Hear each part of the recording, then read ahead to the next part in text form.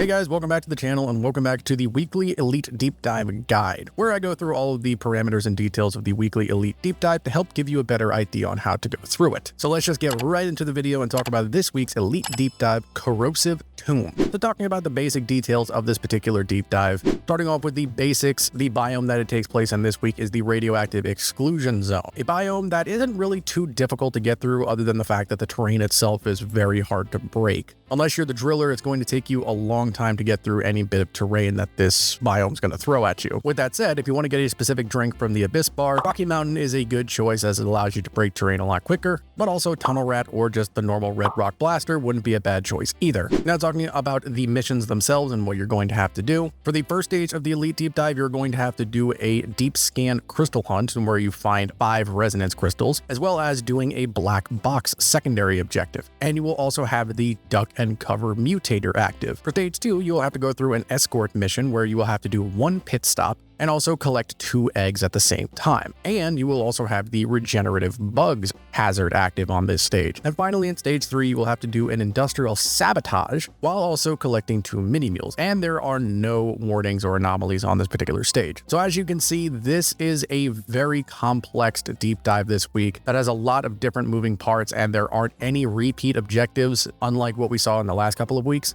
And truth be told, this dive was actually a little bit difficult for me to go through specifically for a couple of reasons. Number 1, it just threw a lot of stuff at us. And 2, for team compositions, our gunner disconnected towards the end of the first stage, so we basically had to go through 2/3 of this dive with only 3 people. And I swear it seemed like the engineer that we had was going for a challenge where he goes through the entire Elite Deep Dive without healing a single time. So simply put, this dive was a little bit difficult this week, albeit I didn't necessarily have the best circumstances. We were still able to complete it, and there were some cases where things could have been a little bit better, but just know that this particular dive is somewhat difficult. Next, talking about the cave generation for this particular dive, starting off with the first stage with the deep scan and black box stage. Obviously, since it is a deep scan mission, the caves are very winding and very complicated. They're going all over the place, up and down and all around, so having a very competent and skilled driller can help out a lot because he is able to cut through the terrain very easily and get to the resonance crystals quickly. The crystals themselves are very scattered, some of them being up high, a lot of them being down low. But one good thing about this stage of the dive is the black box is located very close to the spawn, so you don't have to really go hunting for that. Right when you spawn, there is a cave path in the upper left-hand side that, unless you are the scout or you have a gunner who has zip lines, you are going to have trouble getting to, but the black box is located very immediately close to spawn, so that at least is a good thing. Talking about the second stage, since it is an escort duty mission, it is very linear, it goes forward, and there weren't too many crazy things to keep in mind. We got a Betsy that spawned at the very beginning of the stage, which was really nice because, again, we lost our gunner, so this was kind of the replacement to the gunner, and it gave us much needed firepower for the rest of the fight. Again, keep in mind that Betsy can be somewhat difficult to take out, so do be cautious if you are going to try to take it. And what really helped out a lot was during the refueling stage in the room that it's in, around the side to the left, there was a jet boot crate that we were able to use, which gave us much needed mobility for the rest of the stage. Aside from that, it follows a very linear path, just like most escort duty missions. We had a few bulks show up and some other unruly enemies that gave us some trouble, but ultimately it wasn't the hardest thing in the world. What made this particular stage a little bit more difficult was just the fact that we didn't have a gunner, and the final holdout stage was quite difficult because, again, we had regenerative bugs, so we had to be very aggressive at taking everything out, but thankfully we were able to muscle our way through it. And finally, for stage 3, there's nothing really too complicated about the cave generation in this particular stage. It functions very similarly to most industrial sabotage missions. In terms of the power station rooms, one of them had a lot of sniper turrets, and I mean like at least 5 or 6, maybe even 7. I kind of lost count. So be very careful when going into that room, as you can just get deleted very quickly with the number of sniper turrets that are there. Also, just the overall spawn rate for patrol bots, since this is the final stage of the Elite Deep Dive, was very high, so we were dealing with them constantly. And then for the caretaker fight itself, the room that it's in actually has some pretty good points of cover on the lower parts where you can shoot through the walls. And if the driller knows how to do the driller tactic for the industrial sabotage where he drills above and throws down the C4, it's really not that bad. It can get a little bit hectic, especially depending on the types of attacks that the caretaker throws at you. But ultimately, if you stay in cover and just play very carefully, you should be able to get through it.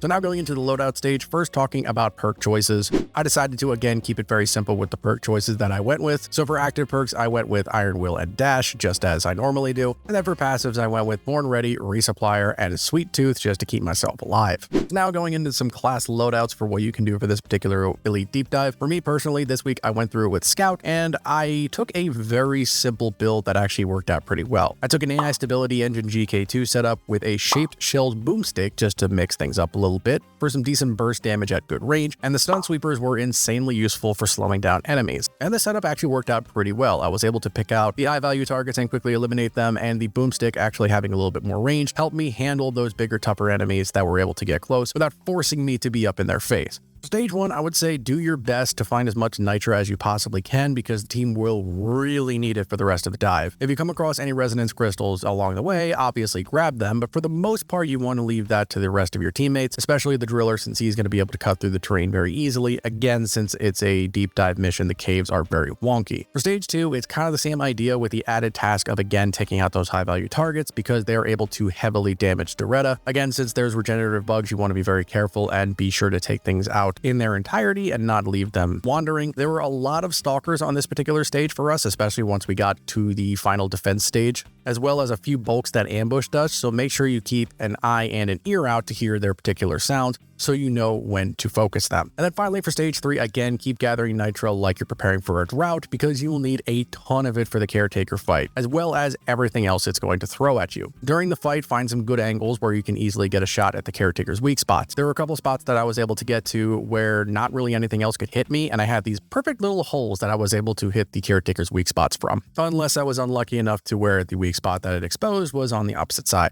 For the driller, similar to the last few weeks, a strong cryo build would be incredibly useful during this dive, as it really helps to slow down the aggressive and numerous swarms that you're going to be up against throughout the entire dive. Cryo cannon with the tuned cooler paired with the wave cooker would work incredibly well. You could also go with a fire-based build to handle the last stage very well since you are going to be going up against the bots, but the flamethrower with something like Scorching Tide would also work out pretty well. For stage 1, primarily focus on finding the crystals as fast as possible since deep scan caves are, as I said, very winding, and as the driller, you have the easiest and most direct time finding them, especially since it's in radioactive exclusion zone where the terrain is very difficult to get through. So if you weren't able to get the Rocky Mountain drink, you are by far going to have the easiest time finding the resonance crystals in the winding caves. For stage 2, if you wanted to, you could pre-drill ahead of each individual room to have a better idea as to where Doretta is going to go to and the kinds of stuff you're going to find. That's how we were able to find out that we had a Betsy waiting for us at the very beginning. And as normal for the driller during escort duty missions, once you get to the actual final holdout stage, if you see the crystals pop up, obviously take them out very quickly. For us, we had the flying rocks and the crystal towers, which made it a little bit difficult for the driller because he really wasn't able to handle the flying rocks too well, but ultimately just focus on keeping the enemy hordes at bay. And then finally for stage 3, it functions very similarly to the standard logic that drillers have for industrial sabotage missions. Essentially make the easiest path that you possibly can for the hacking pods. However, in our case, we actually had some pretty good spawns for the hacking pods, so we really didn't need the driller to cut any wild paths for the nodes to get to. And then once it came to the final caretaker fight, again, set up as you normally would by going above the caretaker and throwing down your satchel charges in order to take out the armor very quickly, and then opening up the weak spots for the rest of your allies, while at the same time also trying to keep every enemy at bay. For the engineer this week, since there are a lot of holdout and defensive parts where you're kind of just standing in one spot for a long period of time, a very heavy defense focused build is what you want to bring. Again, double sentry gun would probably be the best bet, especially for things like escort duty missions and also the industrial sabotage, since you want as much firepower on the enemy as possible. Running a shotgun turret whip build is probably your best bet because you're going to be able to break up groups of enemies very quickly. The Warthog with something like magnetic pellet alignment or even just lightweight magazines to give you some more ammo would be very nice because you're able to fling turret whips very quickly. And if you wanted to lean further into it, you could also bring the lure grenades to distract enemies so that way they can't hit you or potentially even your teammates. And then a grenade launcher with the hyper propellant would honestly work very well as you're able to take out good chunks of the Caretaker's health bar, as well as handle any big tough threats that could sneak up on you. For stage 1, you kind of want to try to do a little bit of everything, but not too much. Ideally, stick with your teammates, either your scout as he goes around to gather resources, or your driller as he's going around to find the resonance crystals, and help whoever you can to hold out against random swarms that might happen. During the black box stage is where you are going to be the most useful, as you are going to be able to cover a large amount of terrain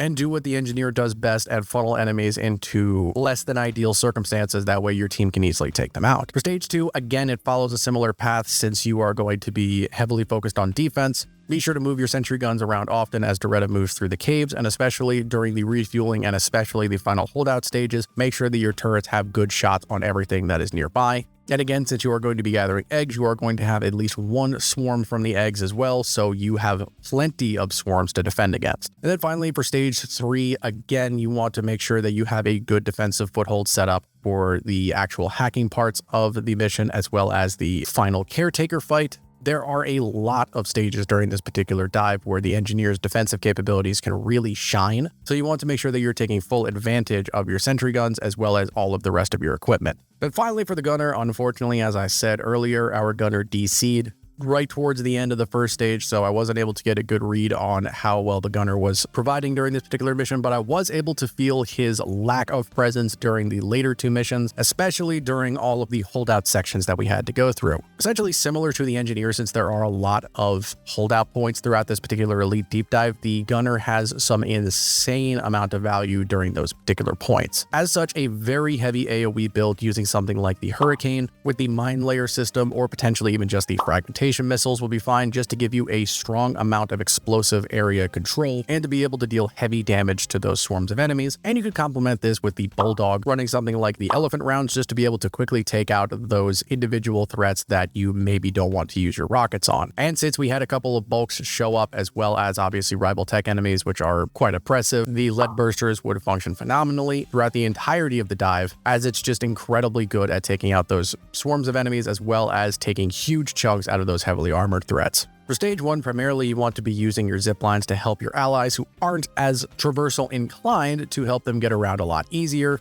as well as handle any stray big enemies that are going to be causing your team trouble, before eventually doing the holdout stage for the black box, in which you and probably the engineer are going to work as hard as you can to handle the swarms as easily as possible. And then during the descent of the actual deep dive, use your high explosives or any ordnance that you have in order to take out the enemies as easily as possible. And be sure to utilize your shield often on this particular stage, because again, it has duck and cover, so your shield is going to be incredibly valuable to the rest of your team. For stage 2, the common logic of gunner on escort duty missions sort of applies here. You mainly just want to stick to Doretta like glue and act as her own personal turret, taking out the groups of enemies that are going to be trailing behind her. And then during the refueling stages, as well as the final holdout, you want to focus as much as you can to keep her safe. And again, utilize your shield as much as humanly possible, especially during the final stage, because there's going to be a lot of ranged enemies that are going to be trying to poke at her, as well as ground threats that you're going to want to keep away from her. And the same applies to the swarm that you will inevitably get from gathering the eggs. Stick close to your team and be ready for a fight. And then finally for stage 3, again, this functions very similarly to the gunner on pretty much any industrial sabotage mission. Focus on defending your teammates and defending the hacking pod during the actual hacking sequences, as well as potentially finding the mini mule legs throughout the course of the cave, since they are relatively easy to find.